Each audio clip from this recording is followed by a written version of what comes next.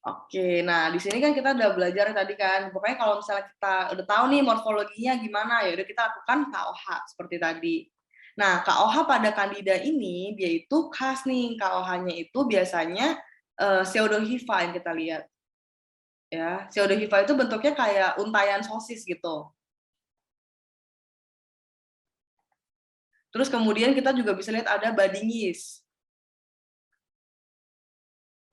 Nah, budding yeast itu adalah spora. Spora itu yang bulat gitu ya, spora yang membelah. Jadi dia kayak membelah gitu, membelah menjadi bentuknya kayak angka 8. Itu namanya adalah budding yeast. Jadi kita bisa lihat si pseudohifa, kita bisa lihat budding yeast, kita juga bisa lihat blastospora. Kalau blastospora itu dia kayak kumpulan-kumpulan yang jadi satu, spora-spora jadi satu gitu. Nanti gambarnya tuh kurang lebih kayak gini nih.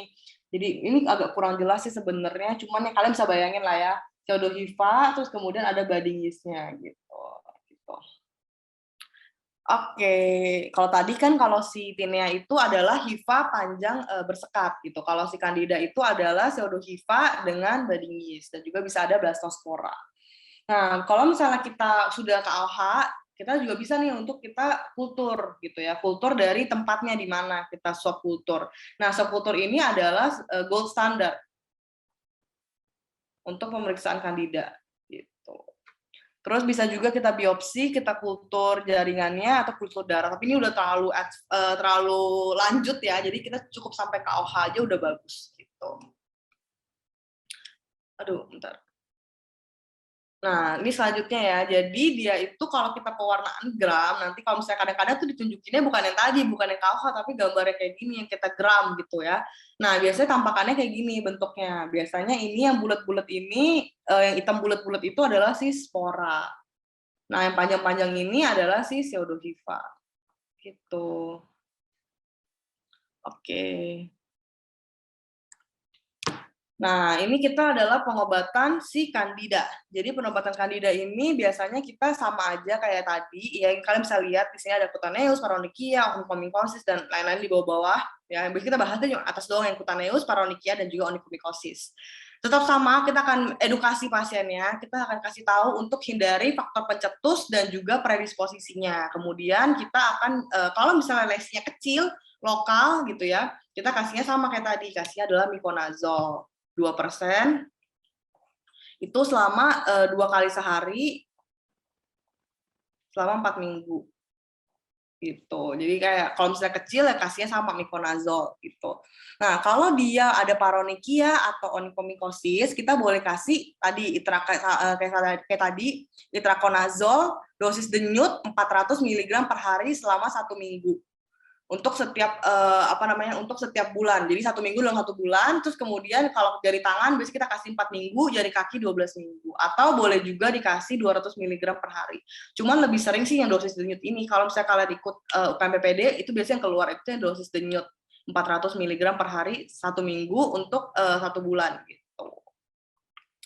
Oke, nah kalau misalnya ini kan kalian bisa lihat nih biasanya di sini first line-nya itu kita berikannya itu yang topikal nih tuh ya. Terus kalau kita biasanya non medikamentosa pakai sarung tangan, kemudian jangan banyak kena basah tangannya, tetap pakai topikal. Tapi kalau misalnya dia udah berat gitu ya, kayak misalnya udah kuku ya, tadi kita bilang kuku itu dipakainya adalah sistemik gitu. Kalau paronychia kan pinggir-pinggirnya merah-merah masih bisa gitu ya pakai topikal yang salep-salep gitu. Tapi kalau misalnya dia udah kena kuku, itu kita harus pakai yang sistemik. Kita pakai yang itraconazole yang dosis denyut.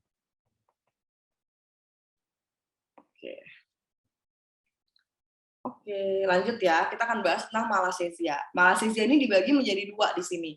Malassezia yang furfur atau pityriasis versicolor, atau di sini malassezia folliculitis atau yang kita kenal sebagai fungal acne ya.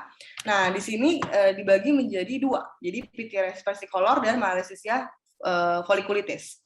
Nah, versicolor ini sesuai dengan namanya. Jadi ingat aja kalau versicolor itu berarti warna ya. Berarti kenapa dia namanya versicolor? Karena dia itu manifestasinya bisa warnanya itu bisa dari hipopigmentasi, hiperpigmentasi sampai warna kemerahan. Itu adalah pityriasis versicolor. Nah, manifestasi klinisnya itu bisa dari asimptomatik, gak ada gejala sama sekali, atau pasiennya itu ada gatal-gatal ringan.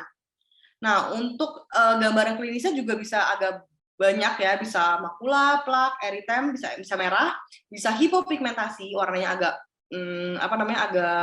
agak putih gitu ya, atau hiperpigmentasi, agak hitam. Kemudian dia biasa ciri khasnya itu batasnya tegas dengan skoma halus. Sedangkan kalau si Malassezia folliculitis, dia itu adalah lesinya monomorfik, dia tuh gatal, dia tuh ada papul, dan dia ada pustul. Nah, ini kan fungal acne nih, dia tuh sering banget nih dibedain dengan acne, dengan jerawat. Gimana caranya kita bisa bedain si Malassezia folliculitis dengan jerawat? Nah, beda ini adalah kalau Malassezia folliculitis, dia itu tidak ada komedo. Ya, nanti kita tahu kalau misalnya kita belajar tentang acne, ya kan ada dibagi tuh, ada derajat ringan, sedang, berat. Nah, itu kan kita ada lihat dia punya komedonya, jumlah komedonya gitu ya. Tapi kalau misalnya di Malassezia folliculitis ini, dia tidak ada komedo. Gitu. Jadi dia cuma pure benar-benar kayak jerawat yang kayak kecil-kecil gitu, yang kayak papul, bisa pustul juga gitu ya. Kecil-kecil, tapi dia tanpa disertai dengan komedo. Dan biasanya ciri khas dari Malassezia folliculitis itu dia itu tidak terkena di daerah sentrofasial. Jadi dia itu bagian-bagian yang tengah muka gitu dia nggak terlalu kena. Jadi dia kena bisa ke dada dan tempat-tempat lainnya gitu. Nah, ini gambarnya nih, ciri khasnya. Jadi kalau tinea versicolor itu bisa nih dari yang warnanya pink salmon gini sampai yang pucet juga bisa. Kalau Malassezia folliculitis, kalian lihat ya bentuknya tuh bener-bener mirip ya kayak jerawat kecil-kecil gitu. Kadang-kadang dia bisa yang ada isi nanahnya juga gitu, tapi dia tidak disertai dengan komedo. Gitu ya.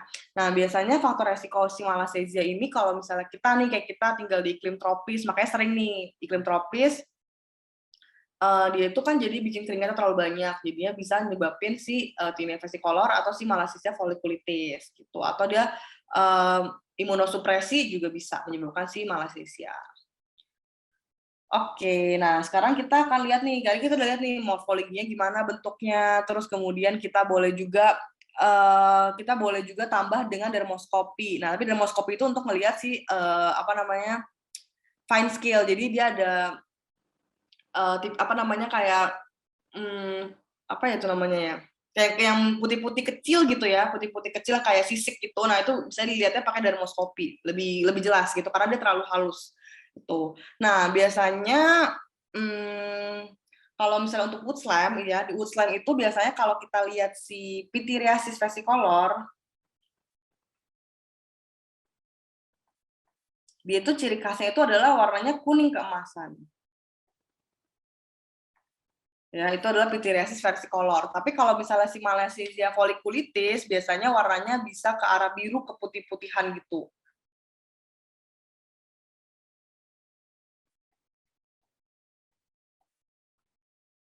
Bluish white gitu ya, putih ke putih, biru ke putih-putihan gitu. Tapi yang lebih khas itu adalah untuk si pityriasis yang versicolor, warnanya adalah kuning keemasan gitu. Kalau kita KOH, nanti kita KOH juga, nah dia itu biasanya ada khasnya nih dari si KOH pityriasis versicolor, yaitu dia itu adalah hifa pendek dengan spora bergerombol. Ya, lihat ya di sini. Jadi dia tuh kan hifanya di sini pendek-pendek nih di sini nih kayak gini, pendek-pendek. Nah, terus disertai dengan spora yang bergerombol gitu. Nah, gambaran ini tuh namanya apa? Namanya itu adalah spaghetti and meatball. Ya, ini juga sering banget muncul kata kuncinya spaghetti and meatball atau hifa pendek dengan spora bergelombol atau wood slime dengan warna kuning keemasan itu udah khas banget untuk pityriasis versicolor.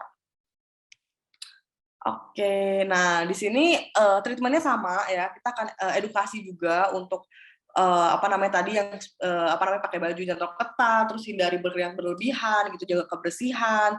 Nah, biasanya kalau misalnya kita lihat nih, kalau untuk pityriasis versicolor, biasanya kita bisa pakai dia sampo ya. Sampo di sini boleh pakai selenium sulfida boleh kayak tadi, atau mau pakai sampo ketoconazole 2% juga boleh gitu ya. Nah, biasanya kalau misalnya dia itu lesinya sama kayak tadi, kalau dia localize ya, kalau dia localize, kita kasihnya salep aja, kita kasih miconazole 2% krim ya. Kita kasih sama 2 kali sehari selama 2 minggu. Sampai kapan kita kasihnya? Ya, kalau ini kan dia agak sulit ya. Jadi gini, kalau pityriasis versicolor kan kadang-kadang dia bisa jadi hipopigmentasi. Nah, hipopigmentasinya itu akan lebih sulit untuk berubah warna lagi untuk jadi normal. Jadi dia butuh waktu. Nah, biasanya kapan kita berhentinya? Kalau kita cek wood slime-nya udah negatif, udah nggak ada kuning kemasan, atau kita kerok alkoholnya udah negatif, kita boleh stop obatnya. Jadi kalau 2 minggu kita cek udah nggak ada, yaudah kita boleh stop obatnya. Kalau lesinya lumayan banyak ya, agak lumayan banyak, kita boleh juga kasih ketoconazole 2% sampo. Jadi kita suruh dia mandiin aja pakai si ketoconazole. Ingat kalau pakai ketoconazole sampo, diemin dulu selama 10 menit, ya baru dibilas gitu ya. Oke, nah kalau misalnya dia nggak bisa nih pakai first line, baru kita masuk ke second line ya. Second line-nya itu biasanya kita pakai si fluconazole 300 mg, kita bagi 2 dosis, jadi jarak 2 hari. Jadi 150 di hari pertama, hari ke-8 baru kita kasih 150 mg lagi.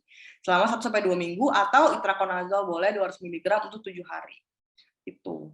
Nah, kalau malassezia folliculitis, biasanya kita pakai juga sama miconazole topikal ditambah dengan keratolitik. Atau kita boleh pakai propylen glycol. Ya, soalnya katanya yang dari aku baca-baca, ini si malassezia folliculitis ini dia itu bisa infeksi jamurnya itu sampai ke folikel rambut. Sehingga kita perlu tambahan agen si keratolitik ini supaya bisa membasmi yang jamur-jamur yang kena di rambutnya juga gitu. Nah, untuk second line-nya kita boleh pakai si itraconazole 200 mg 1 sampai 3 minggu.